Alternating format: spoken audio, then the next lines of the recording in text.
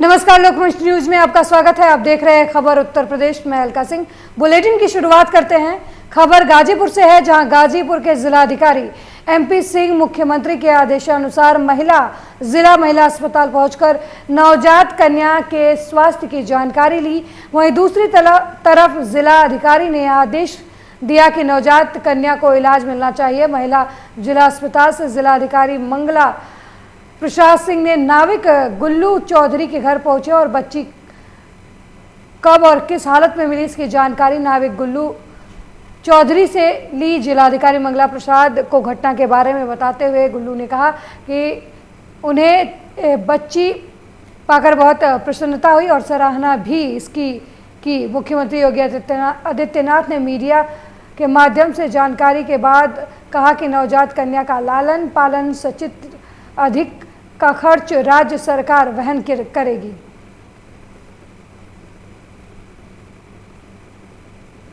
आपको बता दें कि गाजीपुर में मिले नवजात बच्ची के लालन पालन की जिम्मेदारी CM योगी आदित्यनाथ ने कहा कि सरकार उठाएगी। इस बच्ची को गुल्लू चौधरी ने पाया था, जिसकी जानकारी मीडिया के माध्यम से CM योगी आदित्यनाथ को ही थी। इस बच्ची के स्वास्थ्य की जानकारी लेने के लिए DM जिला अस्पताल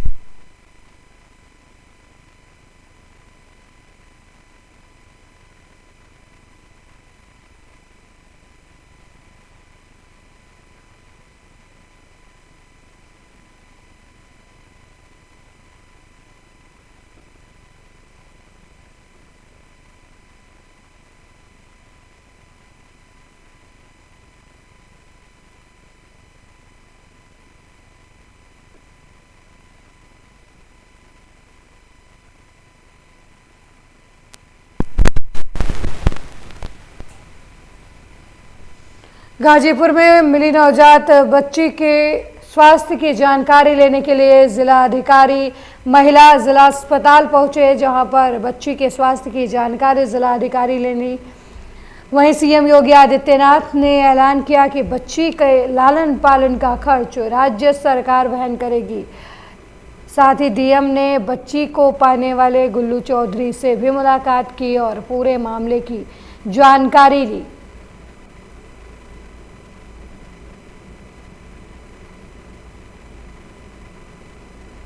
गंगा नदी में नाविक को ये नवजात मिली थी। एक लकड़ी के बॉक्स में बच्ची को किसी ने रखकर छोड़ दिया था।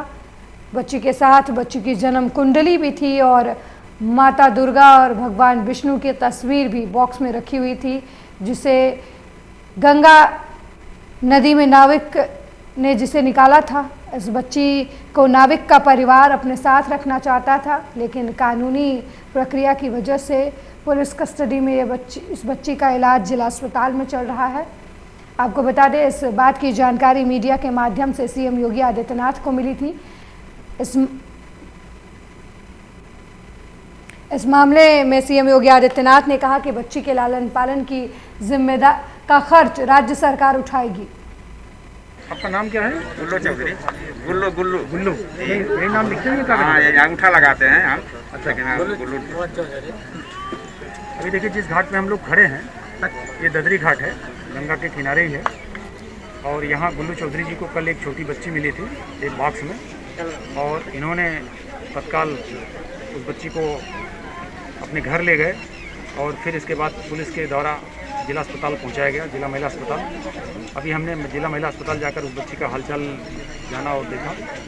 बच्ची पूरी तरह स्वस्थ है और उसका वेट भी लगभग 3.5 kg डॉक्टरों ने बताया है, और उसका समुचित इलाज भी जिला महिला अस्पताल में चल रहा है। पेशेंट वार्ड में है। गुल्लू जी ने बहुत नेक काम किया और हम लोग गुल्लू जी से मिलने आए थे। अगली खबर अलीगढ़ से है, जहां जहरीली शराब कांड में पुलिस की ताबड़तोड़ कार्रवाई जारी है, जिसमें पुलिस रिमांड पर लिए गए एक शराब सिंडिकेट के खास सदस्य मदन गोपाल उर्फ कालिया ने गुरुग्राम में शराब और पैकिंग उत्पादन बनाने की फैक्ट्री पकड़वाई है। बताया जा रहा है कि 2 मंजिला भवन में इस फैक्ट्री को वह खुद संचालित करता था और यहां तैयार अलीगढ़ के शराब सिंडिकेट के लिए ये नकली शराब और शराब पैकिंग के उत्पाद बनाता था, जिसके पुलिस ने आरोपी को पकड़कर पूछताछ शुरू कर दी है।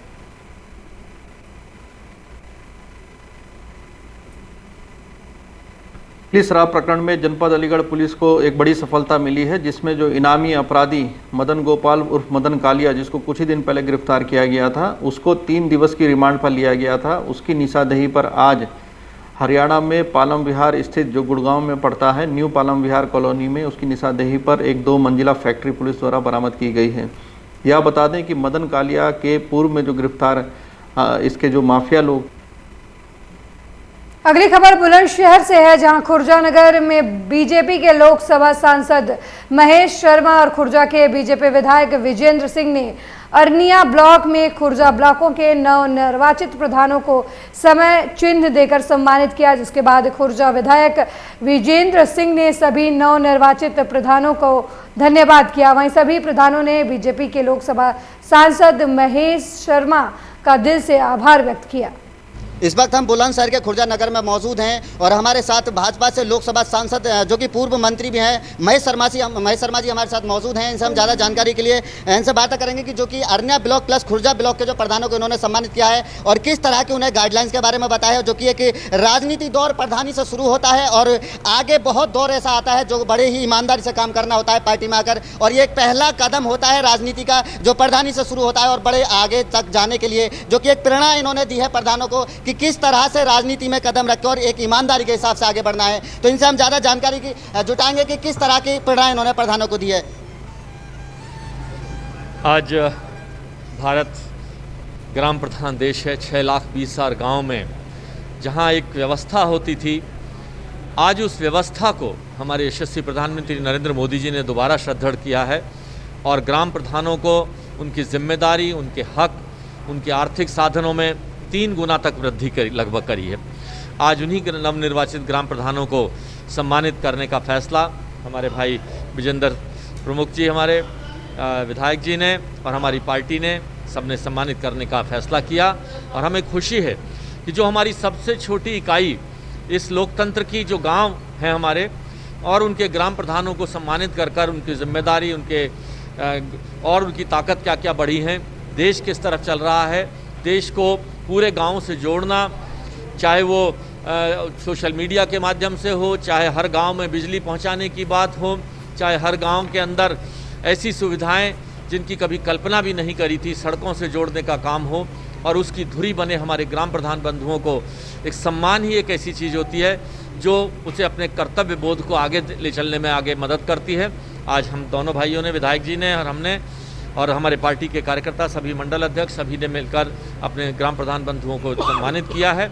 और मुझे पूरा विश्वास है प्रधानमंत्री नरेंद्र मोदी जी के नेतृत्व में ग्राम प्रधान जो हमारी वो छोटी से छोटी मूल इकाई है, जब वो मजबूत होगी तो देश मजबूत होगा।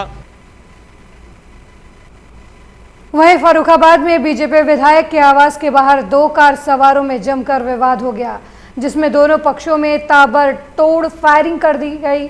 वहीं फायरिंग होने से गोली लग बीजेपी नेता के विधायक आवास के बाहर खड़ी कार में जा लगी, जिससे इलाके में हड़कंप मच गया।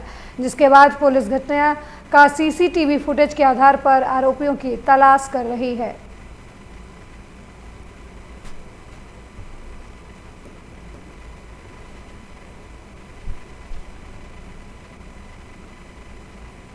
इस तरीके की जो आतंक का वातावरण बनाने का प्रयास इस जनपद में जिन लोगों के द्वारा भी किया जा रहा है उसे तुरंत कंट्रोल किया जाना चाहिए, मेरा ये जरूर कहना है। अधिकारियों को मैंने सबसे पहले इंस्पेक्टर को फोन किया, फिर कप्तान से मैंने कहा फोर्स भेजिए, यहाँ इसी तरीके से घटना हो रही है। अभी एडिशनल और CO सिटी आए थे, मैंने उनसे कहा है कि आप इसकी छानबीन करके जो भी इसमें इन्वॉल्व है उनके विरुद्ध सख्त से सख्त कार्रवाई की जाए। भारतीय जनता पार्टी शांति व्यवस्था ही प्रमुख मुद्दा है। यहाँ पे जो अभी तक निकल के आ रहा है, 2 गाड़ियाँ थी किन्हीं कारणों से एक गाड़ी को अगली गाड़ी में ओवरटेक करके रोका है और इसके बाद इन लोगों में कुछ बातचीत और कुछ फायरिंग की बात सामने आई है। हम क्या एक्चुअल तथ्य है, किन कारणों से क्या हुआ है, इन सारी चीज़ों का पता लगाएंगे। और बुलेटिन की अगली खबर फतेहपुर से है, जहां जिले के ललौली थाना क्षेत्र के सड़क किनारे नाले में अज्ञात युवती की डेड बॉडी मिलने से क्षेत्र में हड़कंप मच गया है। ग्रामीणों की सूचना पर पहुंची पुलिस ने डेड बॉडी का पंचनामा कर पोस्टमार्टम के लिए भेज दिया। वहीं पुलिस डेड बॉडी की पहचान के लिए अलग अलग गांव में पूछताछ कर रही है। पुलिस ने घटनास्थल फतेहपुर और बांदा बॉर्डर को देखते हुए बांदा जिले की पुलिस को भी मामले की सूचना दे दी है।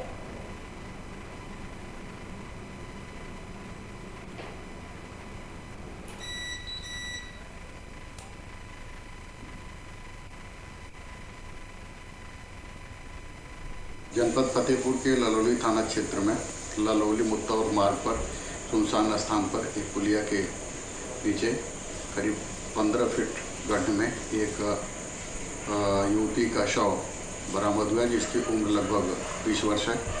शरीर पर कोई गहरा चोट का निशान नहीं है। फील्ड यूनिट के द्वारा शव संकलित कर लिया गया है। शव का पंचायतनामा भरवा करके पोस्टमार्टम के लिए डेड बॉडी को भेज दिया गया है। आसपास के लोगों से पहचान कराई गई है, जिनकी पहचान नहीं हो पाई है। पुलिस के द्वारा विधिक कार्रवाई की जा रही है। अगली खबर फिरोजाबाद से है, जहां प्रेम बंधन में बंध चुके पहले ही दुल्हा ने बिना बताए दूसरी शादी करने का फैसला कर लिया, लेकिन दुल्हन को इसकी भनक लग गई, जिसके बाद दुल्हन का प्रेमी युवक की लगन पक्की की दावत के बीच में पहुंच गया और युवती ने युवक की पहली पत्नी होने का दावा किया तो गांव के लोग दंग रह गए। युवती ने बताया कि उसकी शादी पूर्व में युवक के से आर्य समाज मंदिर में हुई थी।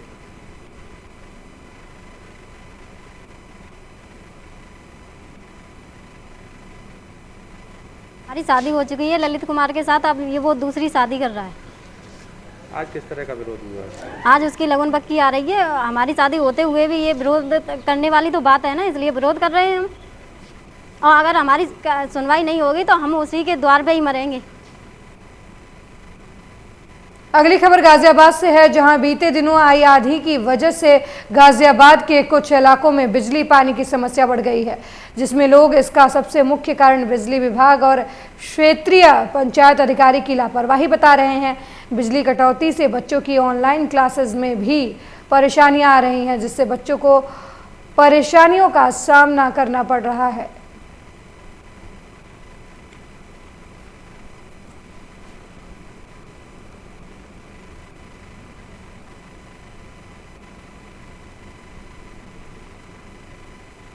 बच्चों की पढ़ाइयों में दिक्कत आ रही है क्योंकि लाइट नहीं आ रही और गर्मियाँ ज़्यादा हो रही है, और जैसे फ़ोन वगैरह या फिर लैपटॉप पे ही ऑनलाइन क्लासेस चलती हैं बच्चों की, और जब ये फ़ोन वगैरह या लैपटॉप चार्ज नहीं होंगे तो बच्चों की ऑनलाइन क्लास भी कैसे चल पाएंगी। उसमें बहुत ज़्यादा दिक्कत हो रही है। बच्चों की पढ़ाइयों में बहुत ज़्यादा वीकनेस हो रही है, क्योंकि बच्चे बहुत ज़्यादा पढ़ाई में कुछ तो पहले ही वीक थे, अब और ज़्यादा वीक हो रहे हैं। क्योंकि जब देखिए, इसमें 2-3 बातें हैं। एक तो कुछ हमारा नेचुरल कैलामिटी वाली बात है।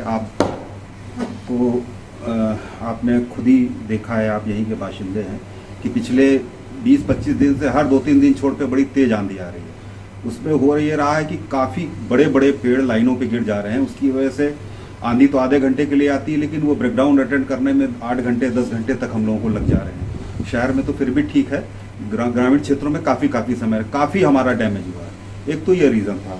दूसरा,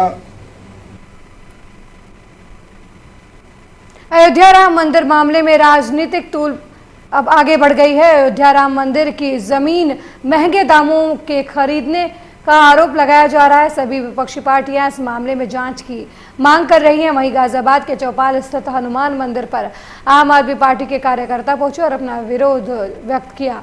आम आदमी पार्टी के कार्यकर्ताओं के पहुंचने के बाद पुलिस मौके पर पहुंची और कार्यकर्ताओं को हिरासत में ले लिया। कार्यकर्ताओं को थाने ले जाया गया, जहां फिर मुचलका भरकर उन्हें छोड़ दिया गया। श्री राम के हनुमान जी के मंदिर हम उनसे गुहार लगाने गए, पूजा अर्चना करने गए, कि ऐसे दोषियों को दंड दिलवाए हो।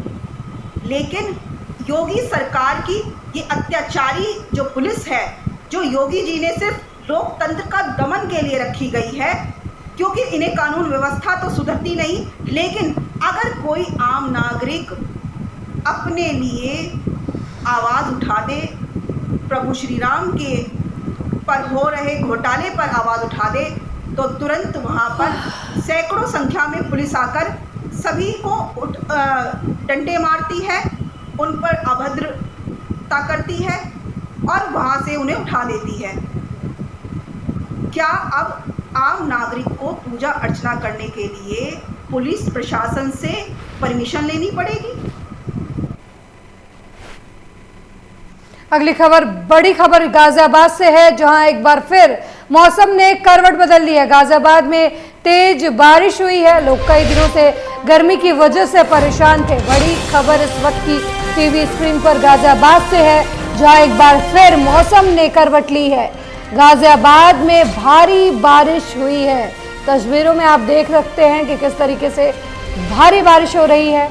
लोगों को गर्मी से राहत मिली है। कई दिनों बाद लोगों को गर्मी से राहत मिली है। लोग गर्मी की वजह से परेशान थे, लेकिन बारिश होने की वजह से अब लोगों को राहत मिली है। बारिश आने से लोगों को गर्मी से राहत मिली है। बड़ी जानकारी आपको गाजियाबाद से दे रहे हैं, जहां एक बार फिर मौसम ने करवट बदल ली है और गाजियाबाद में तेज बारिश हुई है, जिसकी वजह से लोगों को गर्मी से राहत मिली है। ये तस्वीरें गाजियाबाद से हैं, जहां मौसम एक बार फिर खुशगवार नज़र आ रहा है। बारिश का मौसम और लोगों को गर्मी से राहत मिली।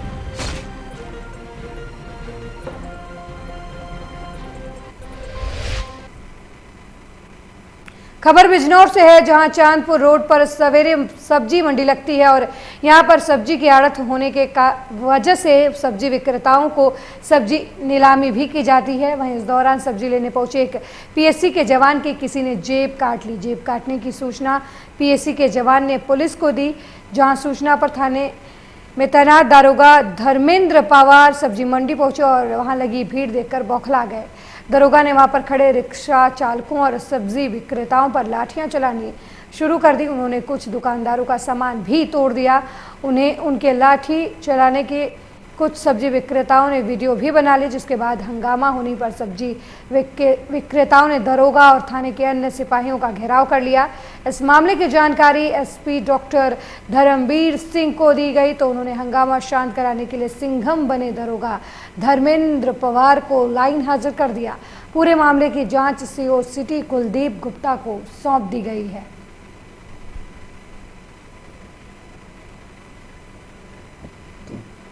लगभग 8 बजे सब्जी मंडी फल मंडी चांदपुर रोड पर एक सूचना मुझे मिली कि उप निरीक्षक थाना कोतवाली शहर बिजनौर धर्मेंद्र पवार यहाँ पर आए और उन्होंने आते ही रिक्शा वालों पे ठेली वालों पे अनावश्यक रूप से लाठीचार्ज कर दिया, जिसमें एक रिक्शा वाला और एक ठेली वाला गंभीर रूप से घायल भी हुआ। उन्होंने आड़तियों के ऊपर भी हल्का फुल्का लाठीचार्ज किया, जिनकी टेबल पर और कुर्सी पर उन्होंने डंडे मारे। जैसे मुझे सूचना मिली मैं मौके पर आया। पता लगा बात देखने से और प्रतीत हो रहा था कि धर्मेंद्र पवार जी ने शायद नशा कर रखा था, शराब का उन्होंने सेवन कर रखा था, उसमें उन्होंने मतलब ये। अगली खबर गाजियाबाद से है, जहां अयोध्या राम मंदिर में जमीन पर उठाए गए सवालों का मामला गर्माता जा रहा है। जिलाधिकारी के दफ्तर के बाहर कांग्रेस पार्टी के कार्यकर्ताओं ने पहुंचकर जमकर नारेबाजी की। वहीं कांग्रेस के नेताओं ने मामले की जांच को लेकर ज्ञापन दिया और पूरे प्रकरण में निष्पक्ष जांच की मांग की।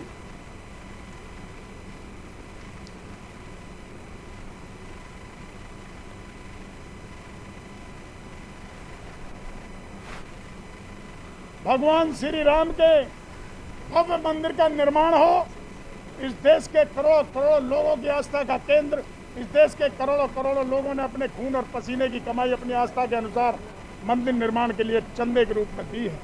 हम आज ये मांग करने आए हैं भारत के राष्ट्रपति महामहिम राष्ट्रपति महोदय से, गाजियाबाद जिलाधिकारी जी के माध्यम से, इस भ्रष्टाचार की सुप्रीम कोर्ट के सिटिंग जज से जांच कराई जाए, इसकी सीबीआई जांच कराई जाए और जो लोग इस आस्था के केंद्र की बुनियाद भ्रष्टाचार के रूप में रखना चाहते हैं, जिन्होंने घोर भ्रष्टाचार किया है, उनका पर्दाफाश हो, उनको सख्त से सख्त सजा, उनके खिलाफ सख्त से सख्त कार्रवाई की मांग जिला कांग्रेस कमेटी गाजियाबाद करती है। श्री रामचंद्र के नाम पर जो पूरे देश में इन्होंने चंदा लिया था, भाजपा वालों ने, आरएसएस वालों ने घर घर जाकर डोर टू डोर पर्चियां बनाई थी, उसका आज पूरे देश में मीडिया के माध्यम से, आपके माध्यम से जो उजागर हुआ घोटाला, ये सरासर एक आम जनता का जो मेहनत का पैसा था उसका घोटाला है। इसका हम सरासर विरोध करते हैं, पूरा देश विरोध कर रहा है कि भगवान के नाम पर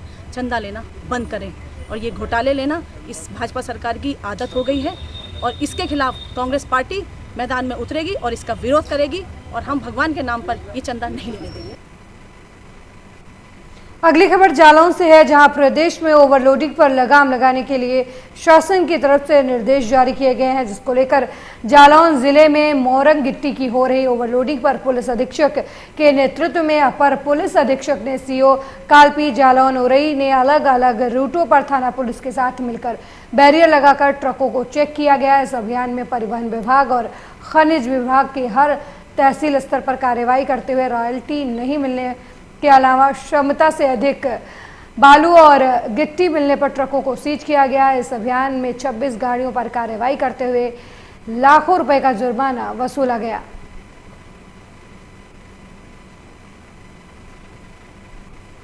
उठाव दौराया मार्ग, कानपुर हाईवे मार्ग और हमीरपुर राठ मार्ग, तीनों मार्गों पे कंबाइंड चेकिंग लगाई गई थी कि कोई गाड़ी निकल ना पाए। करीब 250 से 300 गाड़ियों को चेक किया गया। 26 गाड़ियों को अभी तक हमने सीजर में किया हुआ है। आरटीओ और खनिज विभाग को सूचना दी गई है। हमें उम्मीद है कि लाखों का राजस्व इससे रिकवरी होगी और ये अभियान सतत चलता रहेगा। ये आकस्मिक छापे पड़ते रहेंगे। ये ओवरलोडिंग किसी भी दशा में जनपद जालौन से नहीं होने पाएगी। वहीं जालौन के माधोगढ़ और सर्विलांस पुलिस टीम को संयुक्त रूप से बड़ी कामयाबी मिली है। पुलिस ने गैंगस्टर एक्ट में वांछित 15,000 रुपए के इनामी बदमाश को गिरफ्तार करने में सफलता हासिल की है। ये बदमाश पिछले कई महीनों से फरार चल रहा था, जिसके ऊपर जिले के अलग अलग थाना क्षेत्रों में 17 मुकदमे दर्ज थे। इस मामले का खुलासा करते हुए जालौन के अपर पुलिस अधीक्षक राकेश कुमार सिंह ने बताया कि जालौन कोतवाली क्षेत्र के मोहल्ला खंडेराव निवासी राकेश तिवारी जिले में अवैध शराब के बिक्री और तस्करी करता था, जिसके खिलाफ कुठौंद थाना क्षेत्र में गैंगस्टर एक्ट की कार्रवाई की गई।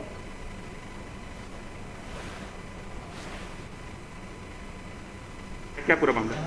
ये थाना कुठौद में मुकदमा अपराध संख्या 7/21 2/3 गैंगस्टर एक्ट में 15,000 का इनामिया अभियुक्त राकेश शिवहरे पुत्र मैथिली शरण खंडेरवा कस्बा और थाना जालौन ये फरार चल रहा था और ये शराब माफियाओं के खिलाफ शासन के निर्देश पर अवैध शराब के खिलाफ अभियान चलाया जा रहा है। उस अभियान के क्रम में ये इसको गिरफ्तार किया गया है। ये गिरफ्तार करने वाली टीम में जो है सर्विलांस से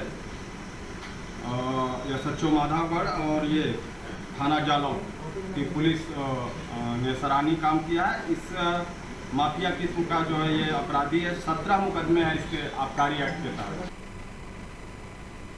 अगली खबर भी जालौन से है, जहां उच्च शिक्षा विज्ञान और प्रौद्योगिकी विभाग प्रभारी मंत्री श्रीमती नीलम कटारिया अपने 1 दिवसीय भ्रमण कार्यक्रम के अंतर्गत राजकीय मेडिकल कॉलेज में निर्मित ऑक्सीजन प्लांट का निरीक्षण किया।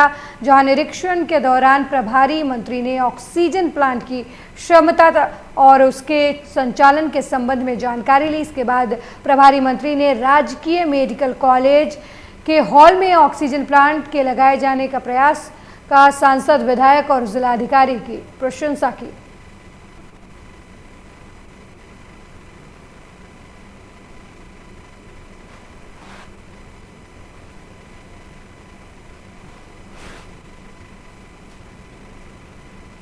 अगली खबर जौनपुर से है, जहां एक 8 साल की बालिका का शव मिलने से क्षेत्र में हड़कंप मच गया है, जिसके बाद मौजूद ग्रामीणों ने शव को देखकर पुलिस को सूचना दी, जिस पर पुलिस ने सूचना पर पहुंची। पुलिस ने शव को कब्जे में लेकर पोस्टमार्टम के लिए भेज दिया। वहीं घटना के बाद लोगों ने बालिका के साथ दुष्कर्म कर हत्या करने की आशंका व्यक्त की है। वहीं पुलिस मामले की जांच में जुट गई है।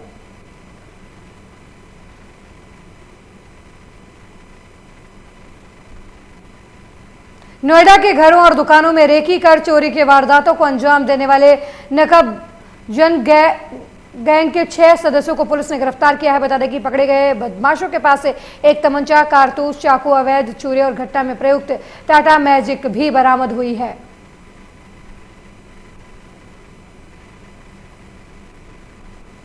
अगली खबर मुरादाबाद से है, जहां मुगलपुरा थाना इलाके में मामूली से विवाद को लेकर 2 पक्षों में जमकर विवाद हो गया। देखते ही देखते विवाद इतना बढ़ गया कि दोनों ही पक्षों के ने एक दूसरे पर जमकर फायरिंग कर दी। फायरिंग में घर की खिड़की में खड़े बच्चे के सिर में गोली छूकर निकल गई। हालांकि बच्चे को ज्यादा चोट नहीं आई। वहीं पुलिस मामले की जांच में जुट गई है। थाना मुगलपुरा में जो है एक फायरिंग की घटना की सूचना मिली थी। सूचना की जानकारी की गई तो पाया कि फायरिंग के तथ्य सत्य हैं। किसी बात को लेकर, इसके बैकग्राउंड में किसी बात को लेकर एक झगड़ा शाम को 6 बजे के आसपास हुआ था और उसी तनातनी में ये फायरिंग हुई है। और यह भी संज्ञान में आया है कि एक नाबालिग बच्चा जिसकी उम्र लगभग 11-12 वर्ष होगी, वो उस फायरिंग के छर्रों से जो है वो इंजर्ड भी हुआ है। बाकी तहरीर लेकर अग्रिम वैधानिक कार्रवाई की जा रही है। रायबरेली में खाकी का रुआब बेअसर होता दिख रहा है। आए दिन दबंग और अपराधी खाकी को चुनौती देते हुए वारदातों को अंजाम दे रहे हैं और पुलिस वारदात के बाद जांच का ढिंढोरा पीटती हुई नजर आ रही है। ताजा मामला रायबरेली के सदर कोतवाली के पडरी गणेशपुर का है, जहां बीती रात गांव के ही दबंग ने अपने साथियों के साथ मिलकर एक घर को निशाना बनाया और दरवाजे पर सो रही महिला को सलह के दम पर बंधक बनाकर परिजनों को कमरे में बंद कर लूट की घटना को अंजाम दिया। घर में जमीन खरीदने के लिए रखे 2 लाख से अधिक की नकदी और सोने चांदी के आभूषण को लूट कर फरार हो गए। जाते समय बंधक बनाई गई महिला के शरीर और मौजूद जेवर भी छीन लिए। परिजनों ने मामले की सूचना तत्काल 112 पर दी। फिलहाल पुलिस इस पूरे मामले में जांच पड़ताल कर रही है। वहाँ पर लेटे थे, 3 लोग आके हमको दाब लिए, बिल्कुल हमसे चाबी ला करके ले लिए। हम लिए थे, वही रखे थे, लेके कहा अगर चाबी दे दो। और 2 लोग कट्टा लगा के यहाँ मुदा के खड़े गए, अगर सांस नहीं करी तो हम इसी लग तुमको मार देंगे। बताने को लाई नहीं जाओगी सुबह। उसके बाद 1-2 लोग हमारे पास खड़े थे, मुदाबे सलाह लगाया। सर 1 लोग आके ला कर की चाबी ले करके जो पैसा था 2,35,000 वो निकाल लिए। और जो लड़का वहाँ पड़े थे सब अंदर से पूरे दरवाजे कर दिए। बचोले वाजपेयी को हमने देखा और 2 लोग चेहरा ढके हुए थे, बिल्कुल कैद किया जो कोतवाली में। और 112 नंबर पे फ़ोन किया, वो लोग आए और अपना वीडियो लेके गए तुरंत। उसके बाद उसके घर गए तो वो भाग गया। फिर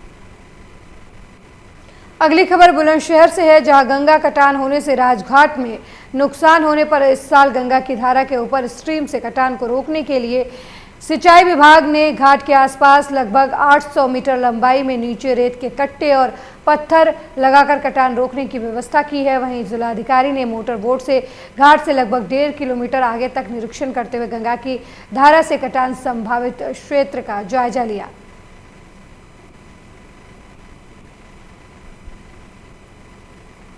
लास्ट ईयर कटान नहीं हुआ तो उसी ध्येय से इस बार भी अभी बाढ़ सीजन से पहले निरीक्षण किया गया है और 2-3 चीज़ें नज़र में आई हैं। जैसे घाट से 800 मीटर तक तो अभी स्ट्रेंथनिंग किया गया है और परकुपाइन स्टड भी लगाए गए हैं, धारा को डैम्पिंग करने वाले स्ट्रक्चर भी बनाए गए हैं। परंतु उसके आगे घाट से लगभग 1.5 किलोमीटर दूर धारा एक जगह तट को काट रही है, तो उसके स्ट्रेंथनिंग करने के बारे में। और लास्ट ईयर डैम्पनिंग स्ट्रक्चर बनाया गया था जिससे धारा मुड़ गई थी और घाट तक नहीं पहुंची थी, उसके बारे में संबंधित विभाग को बताया गया है। अगली खबर बुलंदशहर से है, जहां मामला सहकारी नगर के तोल केंद्र से है, जहां 29 मई से किसान गेहूं लेकर करीब 45 किलोमीटर दूर आए हुए हैं। किसानों का कहना है कि पिछले कुछ दिनों से गेहूं की तौल करवाने के लिए रुके हुए हैं, लेकिन क्रय केंद्र पर तुलाई नहीं होने से किसानों को परेशानी का सामना करना पड़ रहा है। जहां बीती रात बारिश की वजह से उनका सारा गेहूं भीग गया, वहीं तुलाई केंद्र पर किसानों ने जब इस बात को कहा तो केंद्र पर बैठे अधिकारियों ने यह कहकर टाल दिया कि उनके पास बारदान नहीं है। किसान परेशान है। अगली फसल लगाने के लिए किसानों के पास ना तो पैसा बचा है और ना ही समय। किसानों का कहना है कि सरकार उनके गेहूं जल्द से जल्द खरीदे, जिससे वो लोग अगली फसल की तैयारी कर सकें।